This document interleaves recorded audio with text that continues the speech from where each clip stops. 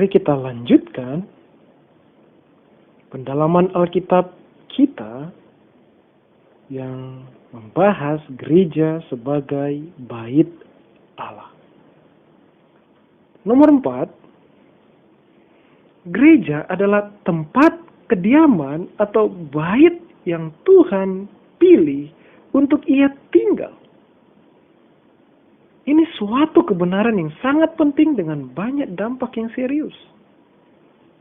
Kita akan melihat apa yang diajarkan di dalam 1 Korintus pasal 6 ayat 19-20 mengenai gereja. Dan bagaimana kita yang adalah gereja seharusnya hidup sesuai kebenaran firman Allah tersebut. Mari kita dengarkan firman Tuhan di dalam 1 Korintus pasal 6 ayat 19-20.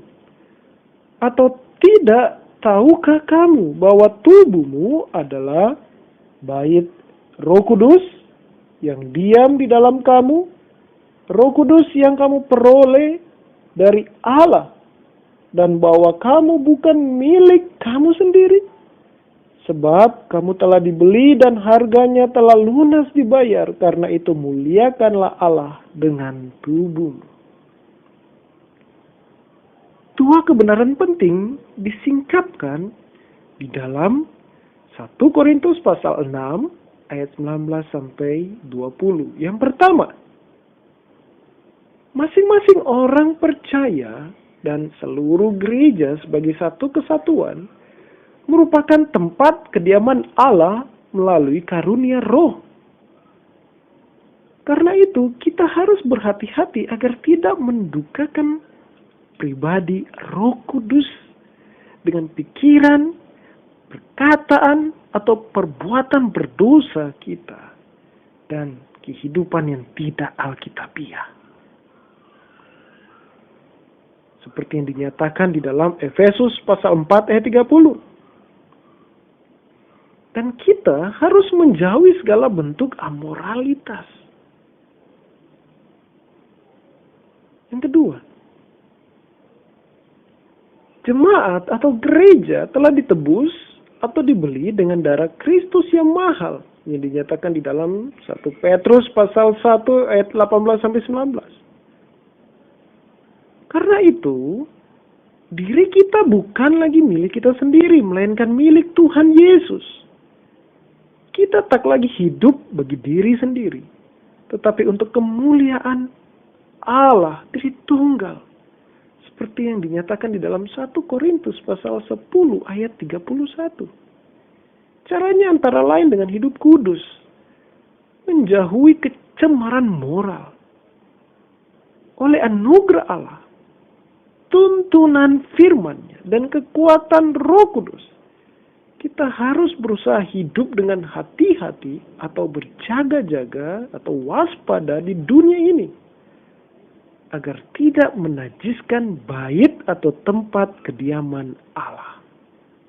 Seperti yang dinyatakan di dalam Efesus pasal 5 ayat 15. Nomor yang selanjutnya, nomor 5, perhatikanlah firman Tuhan di dalam 2 Korintus pasal 6 ayat 16 sampai 18. Firman Tuhan berbunyi, apakah hubungan bait Allah dengan berhala? Karena kita adalah bait dari Allah yang hidup menurut firman Allah ini. Aku akan diam bersama-sama dengan mereka dan hidup di tengah-tengah mereka, dan aku akan menjadi Allah mereka dan mereka akan menjadi umatku.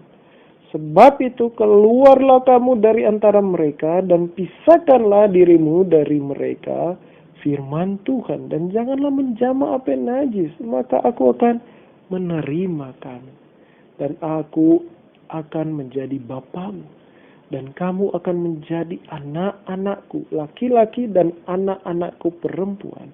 Demikianlah firman Tuhan yang Maha Kuasa.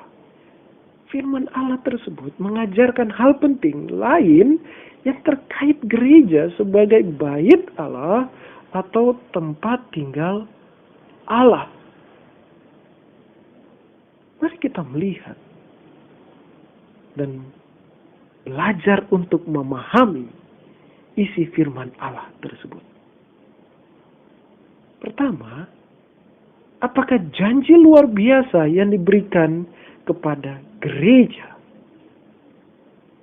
atau jemaat di dalam ayat 16 dan 18? Dan mengapa hal tersebut sangat indah? Salah satu tujuan utama karya penebusan Allah melalui Tuhan Yesus Kristus ialah untuk memperoleh suatu umat yang diperdamaikan baginya dan sungguh-sungguh setia kepada Dia. Kita dapat melihatnya di dalam Keluaran pasal 29 ayat 45, Imamat pasal 26 ayat 12, Yeremia pasal 31 ayat 1, Yesaya pasal 43 ayat 6, Yehezkiel pasal 37 ayat 27, dan Hosea pasal 1 ayat 10. Pemazmur berseru dalam kekaguman. Apakah manusia sehingga engkau mengingatnya? Apakah anak manusia sehingga engkau mengindahkannya? Mazmur 8 ayat 4. Kekaguman kita yang adalah gereja seharusnya jauh lebih besar daripada sang pemazmur, karena hak istimewa yang Allah berikan kepada kita dengan menjadikan kita umatnya. Yang kedua, perhatikan di dalam ayat 17 2 Korintus pasal 6. Bagaimana seharusnya jemaat dan tiap orang percaya menanggapi janji Allah? Ada 3 perintah di dalam ayat 17 tersebut. Keluarlah, pisahkanlah dirimu, dan janganlah menjamah. Masing-masing menunjukkan pemisahan radikal yang semestinya antara gereja dengan segala pikiran, perkataan, atau perbuatan yang bertentangan dengan nature dan kehendak Allah yang mendukakan rohnya dan mencemarkan baitnya. Nomor 6.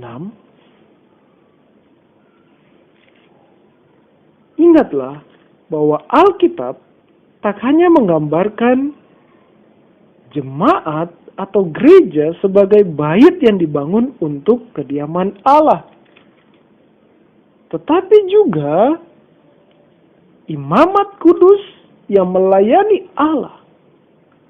Mari kita lihat apa yang diajarkan di dalam 1 Petrus pasal 2 ayat 4 sampai 5 mengenai kebenaran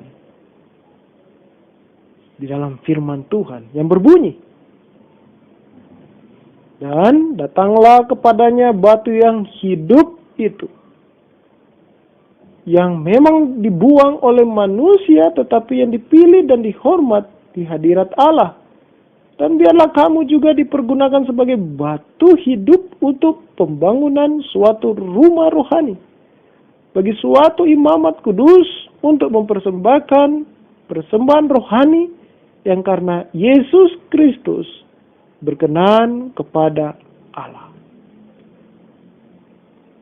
Ada 2 metafora yang dipakai mengenai jemaat di dalam 1 Petrus pasal 2 ayat 4 sampai 5. Yang pertama, kontras dengan perjanjian lama, di mana bait Allah dibangun dengan batu-batu yang mati. Gereja adalah bangunan rohani yang terdiri dari batu-batu hidup, yakni orang-orang yang percaya kepada Kristus Yesus yang telah dipersatukan dengan batu penjuru yang hidup di dalam ayatnya yang keempat. Kedua, gereja adalah imamat kudus yang telah dipanggil untuk mempersembahkan korban rohani kepada Allah melalui Tuhan Yesus Kristus, Sang Imam Besar Agung, seperti yang dinyatakan di dalam Ibrani 4 ayat 14. Persembahan korban rohani adalah tindakan ibadah, penyembahan, dan pelayanan yang sesuai dengan kehendak Allah.